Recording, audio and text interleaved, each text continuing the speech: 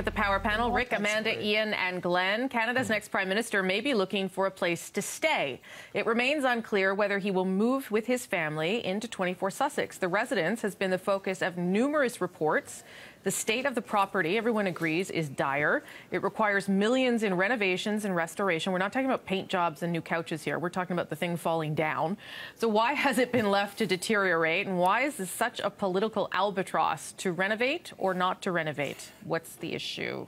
Amanda, start us off here. Do you think that Justin Trudeau should move into that house that he once lived in, as it was already falling apart, actually? Or do you think that this needs to be fixed once and for all? I think that, I personally think that it needs to be fixed. It's not just the home of the Prime Minister. It's a piece of history and heritage. We need to fix this place. It's been in disrepair for what looks like the better part of multiple decades. But that price tag is an optics problem. And clearly, the big issue is whether or not the Prime Minister should be seen to be spending money, taxpayer money, on fixing the home that he and his family will live in. So I think that the essential sort of ingredient in that is needing the reports, needing an update on the reports of the things that are critical and crucial in order for it not to be like a safety hazard to live in this home. Yeah. Especially when you've got a bunch of little kids. And just speaking of optics, Ian Brody, the Prime Minister's former Chief of Staff, is tweeting up a storm about this, and one of his tweets, he says, maybe just for optics, it would be good to solve the on-reserve water problem before signing a blank check to renovate your official residence. Do you think it's easy to make priorities, he tweets. Yes, fix my mansion first. We can always borrow the cash. So you can see how difficult it's going to be one way or another. It's not one or the other. It's not like water. I don't think it's the same pool of money, but anyway, it isn't. No. But it is a communications problem. And I think, we've got to the point now, we've seen so many stories about this for so long. Yeah. People know this is not a vanity renovation that the incoming Prime Minister would be doing. it is falling apart. It is an energy sinkhole to the energy bills. Remind people what's wrong with that. Oh, insulation, the roof, the windows. It's actually not that nice. If you ever go in there, it's like, it's okay. Well, it's an old home. Very drafty. It's just leopard print carpet. Yeah, but that was real. It's less about the leopard print carpet. Should be more about it. I'm not kidding. It should be more about it.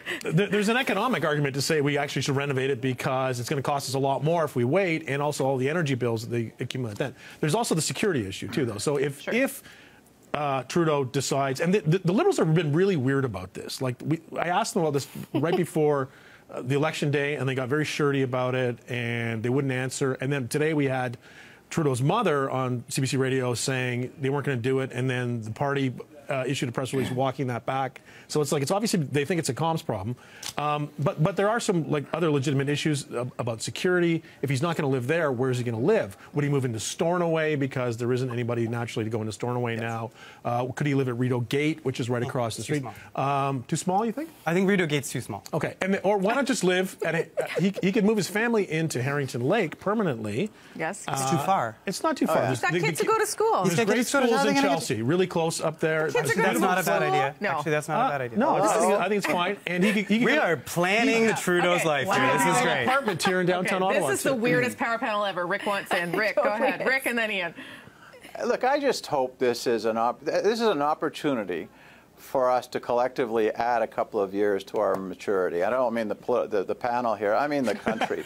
If we don't want to own these buildings, let's sell them. If we're going to own them, we have to take care of them. And if we put it off for years and years and years, the bill's going to be higher than you wish it was. And that's what's happened. So now it should get done, or we should just sell the place. Or lease it. But I don't, yeah. But what does it look like, though, Rick? Do you think your team would, already we've got Ian Brody tweeting about it. What's going to happen if the guy who used to live there as a kid, whose dad put in the pool, says, I'm not going to live in there, I'm not going to live there now until we get it fixed up? That's the problem, right? That's the optics. Look, one of the problems here is that when the government does the renovations, it often turns out to be more expensive than people think it should be because it's the government doing the work. And there's no other solution to this, probably. But that's just the reality of, the government contracting business. The second problem is that we are stuck on the idea that this must all be paid for by taxpayers. Other countries raise private money for these kinds of jobs, but we don't have that tradition in Canada. Well, we Like, should. like That's a sponsored by Home Depot. Yeah, so I think we actually That's a good idea. That's a good idea. No, I think That'd be it's embarrassing. No, it wouldn't be. It wasn't embarrassing. No, I'm Residence sorry. It wasn't sponsored by a private company. It wasn't Ian, embarrassing. Ian, I haven't It heard wasn't from Ian yet. embarrassing. Ian. It wasn't embarrassing for Ian. First Lady Kennedy, and it most certainly wouldn't be embarrassing for Canada. And I think it's incredibly important to do it properly.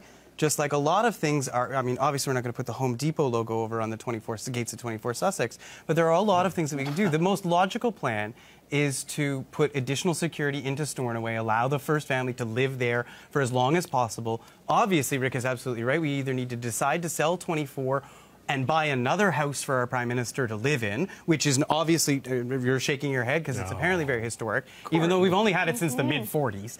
I mean, it's not like it goes back so far that it wouldn't be outside of the realm of possibility to take a look at all of our official residences. Because if you take a look across the street at not just 10 Rideau Gate, but also the actual Rideau Hall, I mean, it's in essence a mega mall with a beautiful Disney facade on the front of it. We don't have the best official residences in Canada when Stornoway is the nicest of the homes that are on offer. Actually, so, I mean, we need to take a good, serious look at why we own these particular official residences and why, for instance, the Prime Minister doesn't live in a condominium I think downtown. 24 Sussex. Stornoway needs 24 renovated Sussex. too. Go ahead, Rick. Go ahead. 24 Sussex is actually a very nice building. I don't, you know, it's very dated, and it looks like it hasn't been touched for a long, long time. So I'm not surprised that there's mechanical and infrastructure work that needs to be done there. I mean, the number that we were quoting earlier, and as being reported today, came out of the Auditor General's report of a few years ago. It's not somebody making it up today. And it's got nothing to do with these particular occupants. So anyway, I just like the clip where Ian said, Rick is absolutely right. I just think we should stop with that. And We'll put it on a vine for you, Rick, over and over and There's over. actually a bunch of people on Twitter, too, who are shocked they suddenly agree with Rick. But anyway, it's happening. Go ahead, Glenn. I mean, instead of these other options with corporate sponsorship or private money coming in, or we're putting it on HGTV as a renovation show. It's a great Now you're idea. talking. It's a really good idea. Actually, The CBC show. Call me. It's my idea.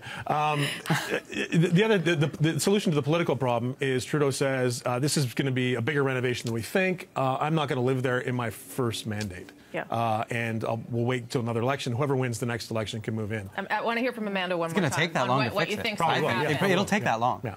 Amanda, one more time from you. I think that we're going to get a report in. We're going to see what the costs look like today. I think that probably there will be some priorities against it. Are there things that can be done that doesn't take up the entire price tag in order to make this house a livable home? But I agree with what everyone else has said. I think at the end of the day, this is a piece of history. It's a piece of our heritage. It's not a house that we should, fire sale. This is something that we should renovate and get the first family into. And my friend David The Cochran. first family? No, we're not calling them that's that, what are we? Ian said. Oh, Ian said it no, too. no. They're not Why the not? first family. Sophie's not the... Why not? She's not the first lady. I actually really liked Ian's. She's the wife of the Prime Minister. Ian's term. I thought it was good. Okay. I adopted it. Okay, my friend David Cochran in Newfoundland says that maybe you guys should keep the home reno tax credit around so that way you guys could write off a bunch of stuff. Jack Layton tried that in 2003. He's the first person to try and get this thing fixed. He held a press conference outside of the Hill with caulking guns and solar panels. Paul Martin didn't want to listen to him, though. No, and Jack Layton was never He president. offered to literally. He offered to put the plastic on the windows himself. I'm sure he did. Suddenly, All that right. was not. Okay. It was not taken up on. If no one else will do it, we can call Rick Mercer and he can go back in and fix it up. Thanks, everybody. That was fun. Rick Bye-bye. Anderson, Amanda Thank you. Alvaro, Ian Capstick, and Glenn McGregor. And they all pretty much agreed at the end. It was wonderful.